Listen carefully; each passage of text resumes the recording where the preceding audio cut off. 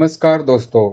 आज के इस कहानी में हम सुनेंगे कि सीमा जो बहू के किरदार में है, उसे एहसास होता है कि उसका मायका भी समस्याओं से जूझ रहा है।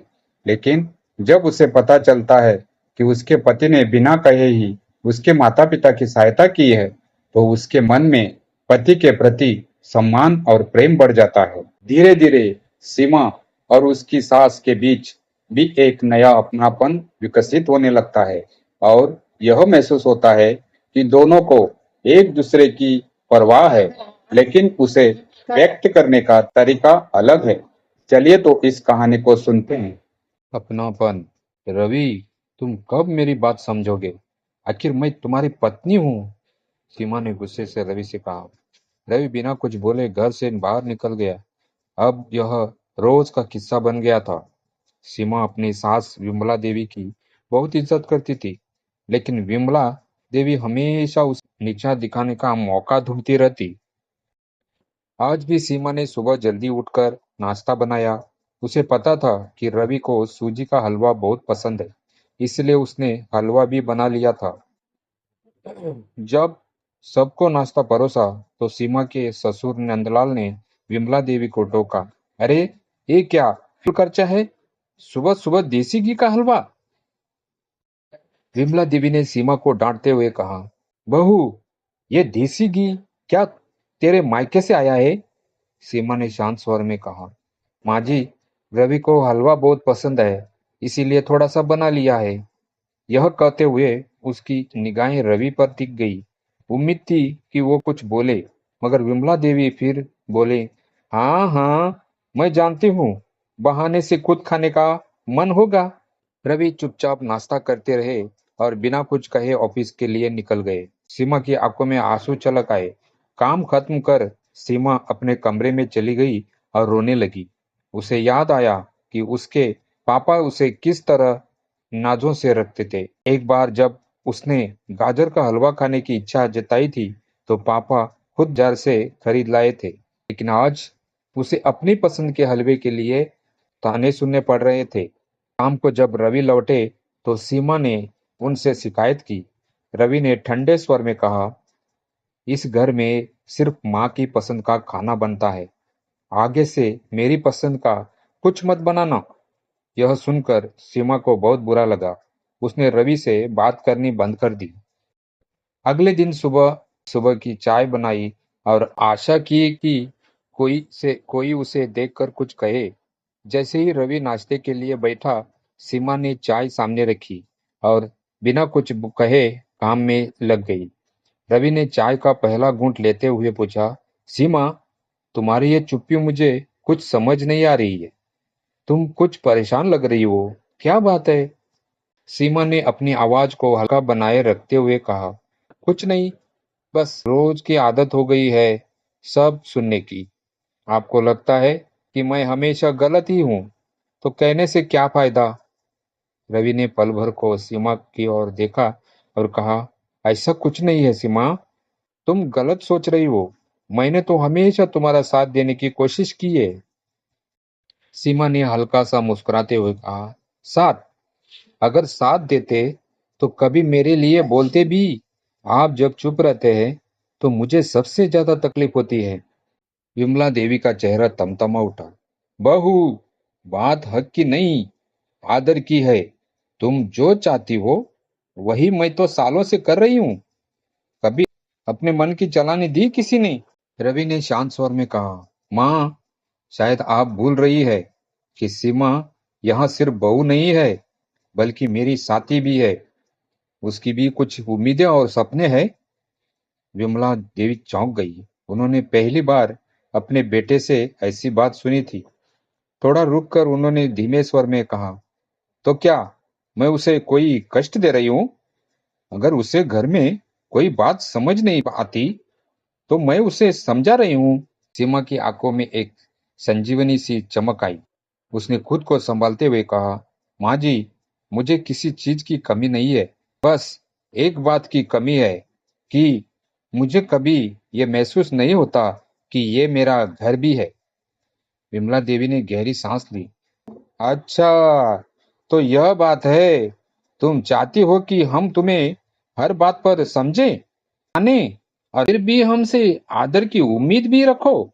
रवि ने माँ की ओर देखा और कहा, माँ, आदर तभी होता है जब अपनापन होता है। मैं चाहता हूँ कि इस घर में माँ को भी वही अधिकार मिले जो मुझे मिल रहे हैं। विमला देवी थोड़ी देर चुप रही, फिर धीरे से बोली, ठीक है रवि, मैं तुम्हारी बात समझ रही हूँ। मुझे इस पर कुछ सोचना होगा। अगले कुछ दिन शांतिपूर्वक गुजरे। एक दिन अचानक सीमा के माता पिता की तबीयत खराब होने का फोन आया। सीमा के चेहरे पर चिंता की लहरें देख रवि ने कहा, सीमा, तुम फिक्र मत करो। तुम अपने माता पिता के पास जाकर कुछ दिन उनके साथ रह सकती हो। एक दिन सीमा ने अपनी सास से कहा, माँ जी, मैं कुछ दिन के लिए अपने घर जाना चाहती हूँ। पापा की तबीयत ठीक नहीं है। विमला देवी ने झल्लाते हुए कहा, हर बार एक हफ्ते में लौटने का कहती हो, लेकिन पता नहीं कब लौटेगी। घर का काम कौन करेगा। जा सकती है, मगर सिर्फ एक दिन के लिए। मन मारकर सीमा अपने मायके के एक दिन के लिए पहुंची। वहां उसे मालूम हुआ कि उसके मम्मी पापा तीर्थ यात्रा पर नहीं गए थे, बल्कि भाई और भाभी ने उन्हें घर से बाहर निकाल दिया था। उसे यह जानकर गहरा आघात लगा। वो घर लौट आई। मन में बेचैनी थी। उसके माता पिता अब किस हाल में होंगे। एक दिन सब्जी लेने बहाने वो उस मंदिर गई जहां उसने आखिरी बार अपने माता पिता को देखा था। वहां पुजारी ने उसे एक पता दिया जहां उसके माता पिता अब रह रहे थे। सीमा वहां पहुंची तो उसके माता पिता एक छोटे से घर में थे। उसके पिता ने बताया कि उसके पति रवि ने चुपचाप उन्हें यह घर दिला दिया है ताकि उनका आत्मसम्मान बना रहे। रवि ने ही उन्हें एक असहायक भैया करवाई थी जो उनकी देखभाल करती थी। सीमा यह सुनकर भावुक हो गई।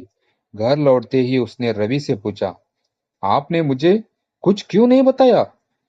रवि ने मुस्कुराते हुए कहा, सीमा, तुम्हारे माता पिता का आत्मसम्मान तुम्हारे मायके से भी बड़ा है। मैंने बस अपना कर्तव्य निभाया। संध्या के समय सीमा और रवि के बीच का रिश्ता थोड़ा सहज हो चला था। सीमा का दिल अभी हल्का था और उसे अब यह समझ आने लगा था कि अविनाश का चुप रहना एक मजबूरी हो सकती है। सीमा के दिल में अपने ससुराल और पति के लिए नई इज्जत जाग उठी। अगली सुबह सीमा ने हलवा बनाया और सबके सामने परोसा।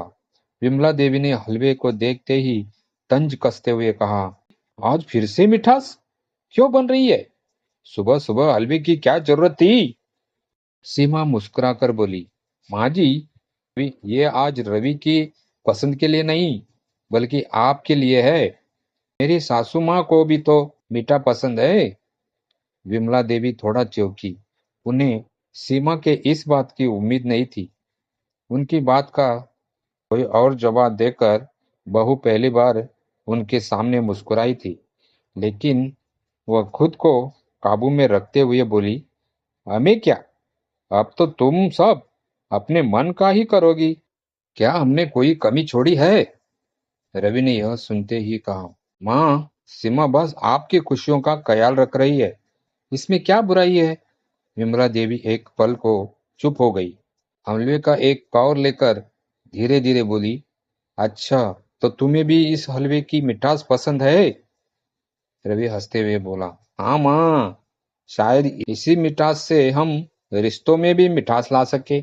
सीमा के चेहरे पर हल्की मुस्कान थी, लेकिन फिर भी वह थोड़ा डरते हुए बोली, माँ जी, मैं जानती हूँ कि कभी कभी मैं आपके मन की बातें समझ नहीं पाती। आपकी बात का मान रखने की कोशिश जरूर करती हूँ, पर जब अपने मायके में माता पिता को कष्ट में देखा तो मन भारी हो गया।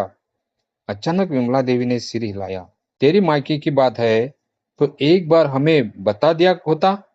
आखिर हमारे बीच कोई पराया तो नहीं है। हम सब ने मिलकर उनकी मदद कर ली होती।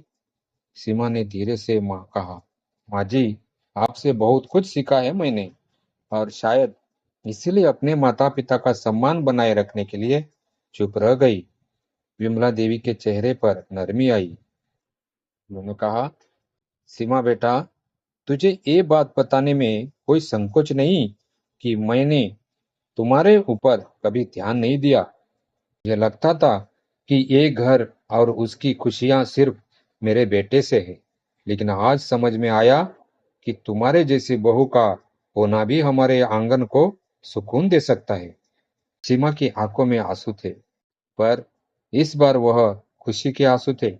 रवि ने हल्की हंसी में कहा, माँ, अब आप सीमा को डांटना मत, छोड़ देना, वरना उसकी आदत बिगड़ जाएगी।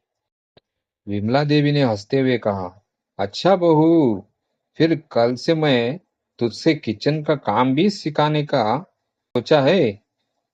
क्यों न इस काम में हम दोनों भी कुछ मिलकर करें।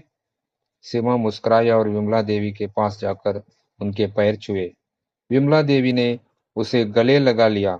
इस बार दोनों के दिलों में नफरत की जगह अपनापन भर आया था। विमला देवी और सीमा की इस नई समझदारी ने घर का माहौल कुछ और ही रंग में रंग दिया था। दोनों के दिलों में अब एक दूसरे के प्रति स्नेह और अपनापन पनप रहा था।